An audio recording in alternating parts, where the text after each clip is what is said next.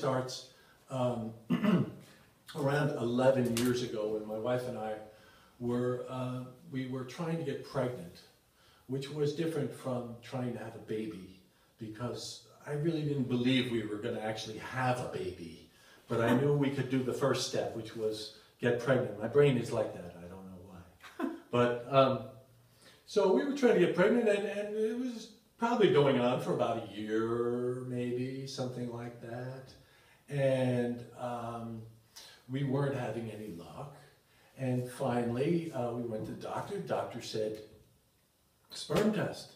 So I call up the local hospital, this is up in Northern California. It's about 30 miles, well, 30 minutes away, sorry. St. Joseph's Hospital. They had a pregnancy center.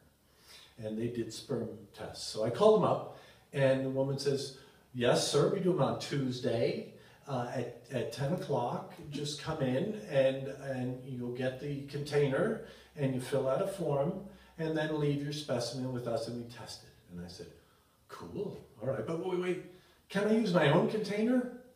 Because, you know, that way I can do this at home and then bring it with me there. And she said, well, as long as it's clean. And I say, okay, so I have to find my container. I found a salsa container that was Casa que pasa, which is really, you know, house of what's up. So I had my salsa container, and just for the heck of it, that Tuesday morning came around, you know, the heck of it. I called up the hospital Tuesday morning, and I say, I'm here, I'm going to come and do the sperm test this morning. And the woman says, sir, you know that it's your sperm this is time sensitive. And I said, wait a minute, nobody said anything about that the other day. I have my own container here. And she said, well, how far away do you live? And I said, oh, probably about 30 minutes. She said, we have to have the sperm within 30 minutes. We have to have it. It's time sensitive, she said. So I started to panic. I took my salsa container. I jumped in the car, and not really knowing what I was going to do.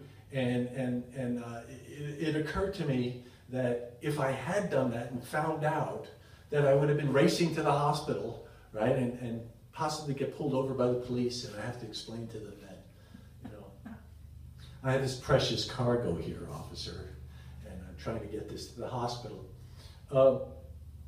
So I get to the hospital, and I go inside, and I don't really know what to expect, and I'm in the pregnancy center, and it's all women, and I walk up to this counter, and I say, I'm here for the semen analysis, and the woman behind the counter says, semen analysis over here! Come on back, all right. So this woman brings me back behind the counter, and I sit down at this desk, and the woman says to me, she says, so you're here for the semen analysis. You know about semen, right? You know about sperm, right? And I said, well, kind of. I mean, I think. She said, you know that up to 70% of sperm are abnormal, and that they'll never even swim, because some have giant heads, some have little tiny pinheads, some have two heads, and they're going this way and they're going that way, and they don't know which way to go, and they go in circles, and some have two tails, and so they just